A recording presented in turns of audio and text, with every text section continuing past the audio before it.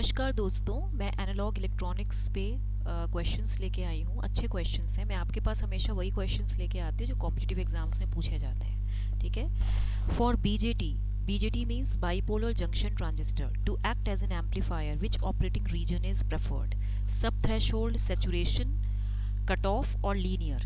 देखिए, अगर हमें हाई स्विचिंग स्पीड चाहिए बीजेटी में, if we want to have a very high switching speed, okay, high switching speed in BJT based logic circuits, then transistors are operated in transistors यानी कि mainly जो BJT है, they are operated in active mode.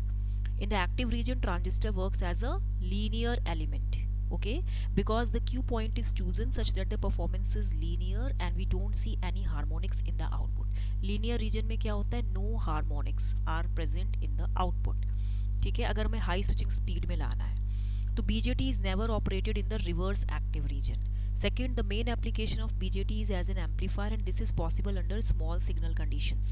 ठीक है, अब इसमें जैसे वो कह ही रहा है कि हमें उसे किस रीजन में रखना चाहिए। जैसे आपको ये भी देखना पड़ेगा, नॉन लीनियर बिहेवियर बिकम्स, ये स्मॉल सिग्नल कंडीशंस में ये एम्पलीफायर का काम करता है। अंडर स्मॉल सिग्नल कंडीशंस ये BJT acts as an amplifier. ठीक है, जनरली जो आपका आईसी और वीबीई का कैरेक्टरिस्टिक होता है, जैसे मान लीजिए कि ये आपका आईसी है and this is your VBE, okay, ये वीबीई है, यहाँ पे 1 मिली एम्पियर की करंट है, यहाँ पे 0.7 इसका नी वोल्टेज है, जो भी है। तो जब आप इसको ऐसे ऐसे करके कनेक्ट करेंगे तो आप इसमें ऐसे ऐसे इसका जो ग्राफ आएगा वो कैसे आएगा, कुछ इस वे से आएगा। ठीक है, तो यहाँ पे जो इसका बनेगा ये इस तरीके से बनता है। ठीक है, जो इसका कर्व बनेगा। तो current variations are linear in this region, non linear behaviour भी लीनियर हो जाता है इस स्मॉल रीजन में। DC operating point is needed so that we can apply the signal at that point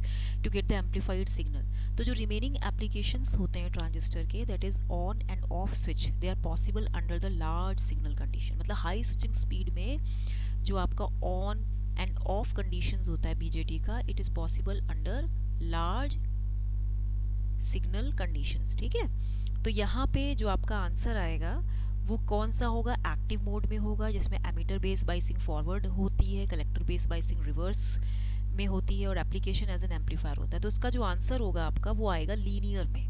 कहाँ पे? लीनियर में, राइट। अब आप नेक्स्ट क्वेश्चन देखिए, out of the following 4 hybrid parameters which has the lowest value, HIE, HRE, HFE और HOE। देखिए, small signal BJT amplifiers जो होते हैं, they are analysed by replacing BJT with an equivalent circuit model known as small signal model. जैसे मान लीजिए यहाँ मैंने बेस बना दिया और यहाँ मैंने क्या किया, एक एमीटर बना दिया, राइट, ये एमीटर बन गया। यहाँ पे आपका क्या हो गया, एक HIE हो गया, ये HIE हो गया, और यहाँ पे ये करंट हो गया बेस करंट। उसके बाद आप देखिए यहाँ पे ये जो वैल्यू है ये है HFE IB, राइट। इस तरीके से आप बनाते हैं। फिर यहाँ पे जो है ये 1/HOE हो जाता है, ये 1/HOE होता है। तो यहाँ पे ये क्या हो गया, ये कलेक्टर हो गया, ये एमीटर हो गया, ये बेस हो गया, राइट। अब आप इसमें देखिए, मैंने आपको बताया हमेशा स्मॉल सिग्नल बीजेटी एम्पलीफायर्स को हम इक्विवेलेंट सर्किट मॉडल से इसको रिप्लेस करते हैं। तो लो फ्रीक्वेंसी पे जनरली हम क्या करते हैं, at low frequency we use hybrid और H पैरामीटर मॉडल्स। ठीक है, तो जो H पैरामीटर मॉडल है वो है V1 is equal to HIE I1 plus HRE V2, यही होगा। ठीक है, उसके बाद आपका क्या होगा, जो I2 होगा, आपकी करंट I2 होगी वो HFE I1 plus HOE V2 होगा, राइट। अब आप इसमें देखिए यहाँ पे जो HIE है ये क्या होता है आपका V1 अपॉन I1, ठीक है, at V2 equal to 0। That means it is the input resistance, it is the input resistance when the output model is shorted to a common node, that is जब V2 आपका 0 होता है। दूसरा आपका क्या है, HRE। HRE कैसे निकलेगा, V1 upon V2 eight I1 equal to 0, मतलब when the input node is open. ये क्या है आपका, reverse voltage gain, it is your reverse voltage gain, right. उसके बाद आप देखिए जो आपका HFE है, जो आपका HFE है, this is equal to what, this is equal to I2 upon I1, ठीक है, एंड दिस इज इक्वल ये I2 upon I1 with V2 equal to 0 है। दैट मीन्स ये क्या है आपका फॉरवर्ड करंट गेन है, this is your forward current gain when the output V2 is open circuited, right. उसके बाद आपका क्या आता है HOE, HOE इज व्हाट, अगर आप देखें तो यहाँ पे HOE है I2 बाय V2, ये है आपका I2 bye V2 with I1 equal to 0। तो ये क्या है, ओपन कंडक्टेंस है when the input mode is open circuited. तो जो स्टैंडर्ड वैल्यू होती है कॉमन एमीटर की वो क्या होती है, जो आपकी स्टैंडर्ड वैल्यू होती है कॉमन एमीटर H पैरामीटर्स की, वो होती है कि HIE this is equal to 1100 ohms.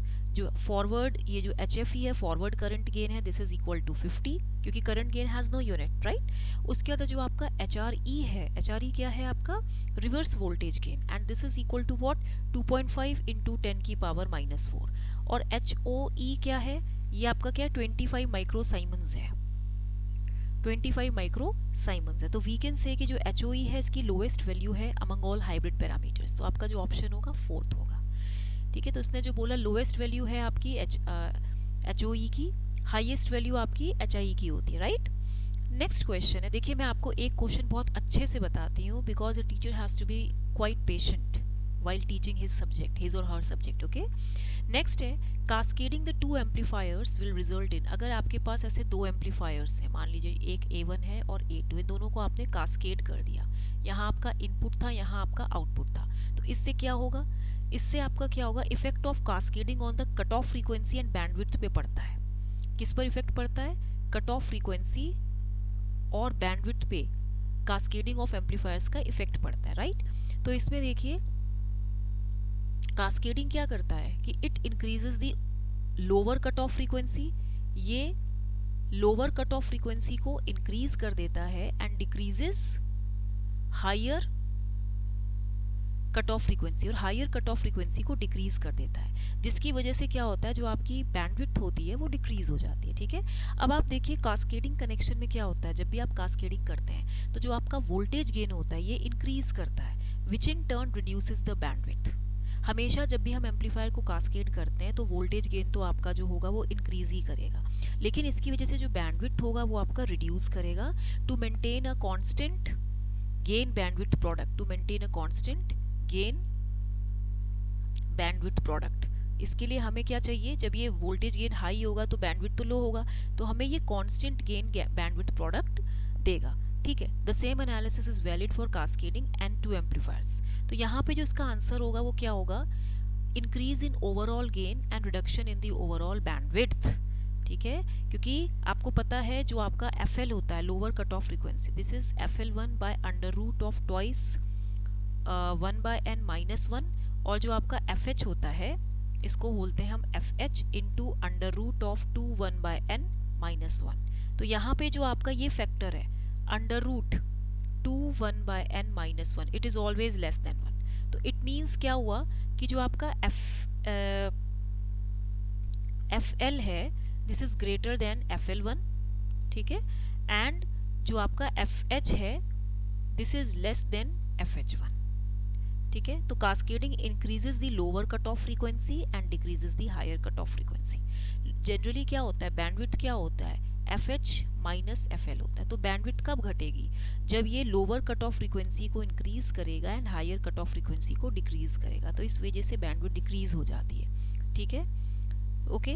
Next question है आपका, RC coupling is used for voltage amplification. याद रखिए जो RC कपलिंग होती है ये वोल्टेज एम्पलीफिकेशन में यूज होती है, ठीक है। ये क्वेश्चन इसरो टेक्निकल असिस्टेंट के भी एग्जाम में आया था। इसमें क्या होता है, इसमें ये होता है कि जैसे आपने, अब इतना बड़ा तो मैं डायग्राम नहीं बनाऊंगी, जो 2 स्टेज एम्पलीफायर सर्किट होता है इसके 2 ट्रांजिस्टर्स होते हैं connected in common ammeter configuration and a common power supply is used. अगर आप देखो तो अब देखिए डायग्राम बनाने में मुझे बहुत समय लगेगा, जैसे ये R1 है और यहाँ पे ये R2 है, यहाँ पे ये कैपेसिटेंस क्या है C इनपुट है, और यहाँ पे क्या है ये सिग्नल दिया है आपको, ठीक है, इस तरीके से ही होगा। फिर यहाँ पे आपका एक बीजेटी लगा है, ओके, यहाँ पे क्या है आपका आर ई है, और यहाँ पे इसके शंट में क्या लगा है, सी ई लगा है, राइट। अब इसमें आप देखो, यहाँ पे ये R1 हो गया है, और यहाँ पे हम इसको लोड रजिस्टर लगाएंगे, दैट मीन्स ये आपका RL1 हो जाएगा, राइट। अब यहाँ पे आपने क्या लगाया, कपलिंग कैपेसिटर लगाया है CC, और यहाँ पे अगेन आपने क्या कर दिया है, ये R1 हो गया, ये R2 हो गया, ठीक है।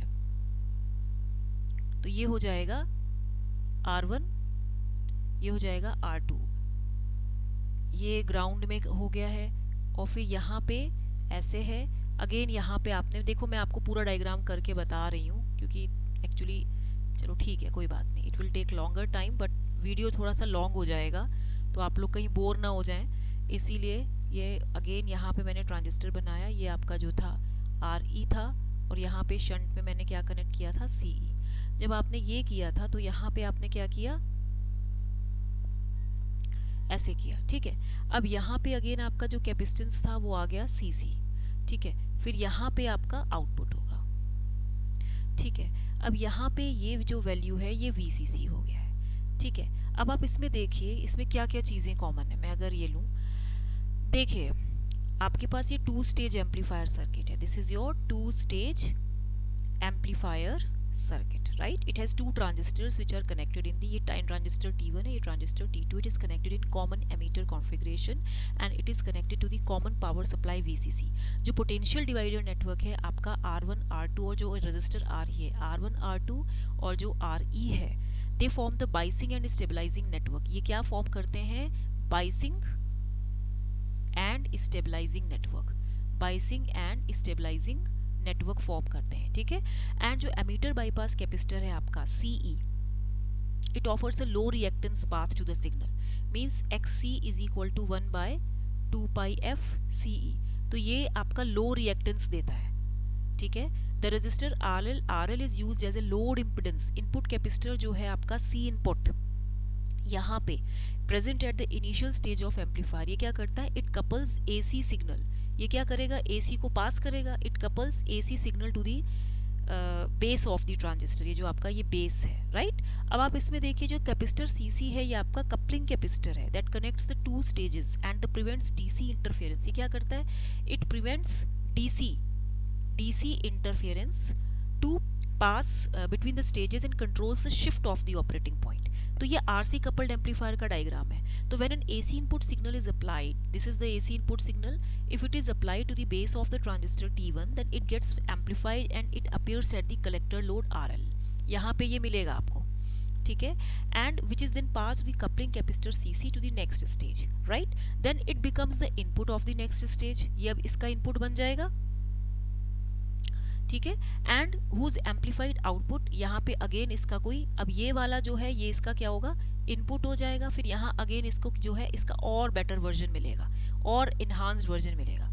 And whose amplified output again appears across its collector load. तो जो सिग्नल है it is amplified in stage by stage action, so it is widely used as voltage amplifiers. इसीलिए हम इसको क्या बोलेंगे, जो RC कपलिंग है ये वोल्टेज एम्पलीफायर्स में यूज होती है। नेक्स्ट क्वेश्चन है, the overall dB voltage gain of a multi stage amplifier is. देखिए मल्टी स्टेज एम्पलीफायर्स आपको पता ही होंगे, जैसे कि यहाँ पे आपने किया AV1, यहाँ पे किया AV2, अगेन यहाँ पे किया आपने AV3, अगेन इस तरीके से, ठीक है। ये AVN हो गया, ठीक है। यहाँ पे ये आउटपुट है, यहाँ पे ये इनपुट है। तो जो मैथमेटिकली इसका जो रिलेशन होगा, AV is equal to AV1 AV2 AV3 in dB overall gain मैं आपको कई बार बता चुकी हूँ, it will be 20 log base 10 of AV। तो this can be written as, मान लीजिए 20, राइट। तो यहाँ पे आपको इतना पता होना चाहिए कि if the gain of each amplifier stage is expressed in dB, the total gain will be the sum of the gains of the individual stages. तो अगर ये dB में है तो ओवरऑल गेन जो होगा वो सम होगा इन dB of all the voltages gain। 2 or more amplifier circuits can be cascaded to increase the gain of an AC signal। हम किसी भी AC सिग्नल के गेन को बढ़ा देते हैं, तो इसका ये थर्ड ऑप्शन सही है, राइट। अब ये जो नेक्स्ट क्वेश्चन है ये आपका होमवर्क है। The reduction in gain of an RC coupled amplifier at high frequency is caused by, ये आपका होमवर्क है, ओके, टिल देन इसको लाइक शेयर सब्सक्राइब करना मत भूलिएगा।